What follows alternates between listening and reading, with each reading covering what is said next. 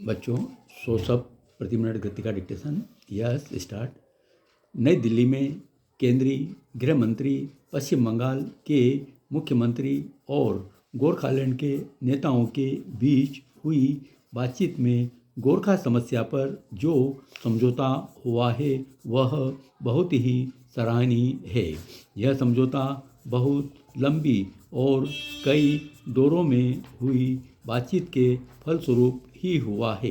बीच बीच में कई बार ऐसी स्थितियां भी आई हैं जब इस समस्या के निदान का कोई भी हल नहीं सूझ पा रहा था, लेकिन बातचीत का सिलसिला जारी रखा गया और अंत में इस बात से एक समझौता निकल कर आया। तीनों ही पक्षों ने यह तय किया है कि समझौते की दस्तावेजों पर जल्दी से जल्दी हस्ताक्षर कर दिए जाएंगे।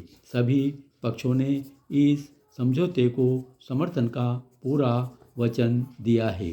पश्चिम बंगाल की सरकार ने कहा है कि परिषद के नाम के साथ गोरखा शब्द जोड़ा जाए और परिषद के अधिकार क्षेत्र में कुछ और मैदानी इलाकों को भी शामिल किया जाए। यह भी उल्लेखनीय है कि प्रधानमंत्री ने गोरखालैंड मुक्ति मोर्चे की अलग राज्य की मांग को पूरी तरह से अस्वीकार कर दिया है।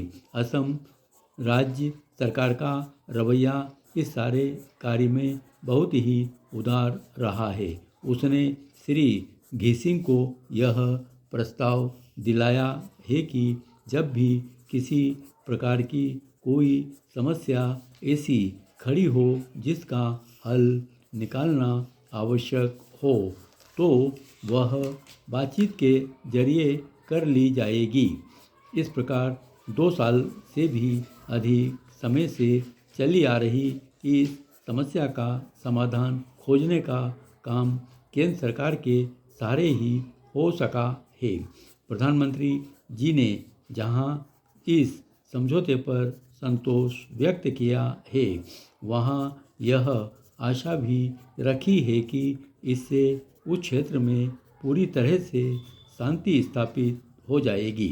शांति स्थापित हो जाने से उस क्षेत्र का तेजी से विकास किया जाएगा।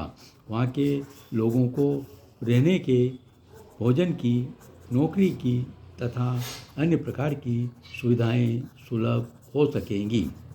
लेकिन इस सब का लाभ तभी होगा जब इस समझौते पर हस्ताक्षर हो जाएं और उस पर ईमानदारी से अमल किया जाए। इससे भी अधिक महत्व की बात तो यह है कि मोर्चे के कार्यकर्ता ईमानदारी से अपने हथियार डालकर राष्ट्रीय धारा में सम्मिलित हो जाएं। यह इसलिए कहना पड़ रहा है कि जिन लोगों को हथियार उठाकर लोगों की हत्या करने का चस्का लग जाता है वह आसानी से छूटा नहीं करता है। ऐसा एक बार नहीं अनेक बार हमारे सामने आया है। इससे हमेशा ही सबके सामने कठिनाइयाँ उपस्थित हो जाती हैं।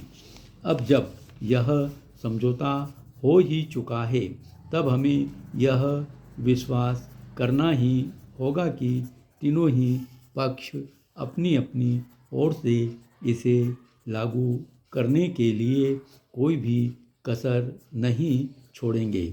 यदि अभी भी किसी ओर से कोई ऐसा कार्य हुआ है जो इस समिति की भावना के विरुद्ध हुआ तो उससे धन जन की ही हानि नहीं बल्कि देश में ऐसी समस्याएं भी खड़ी हो जाएंगी जिनका हल निकालना किसी भी पक्ष के लिए संभव नहीं होगा। सभी को चाहिए कि जब वहाँ के लोगों की शिकायतें उनकी न्यूनतम आवश्यकताओं को पूरा करने के लिए तथा उस क्षेत्र में फैली बेचैनी को दूर करने के लिए जो कुछ भी किया जाए वह करें। धन्यवाद।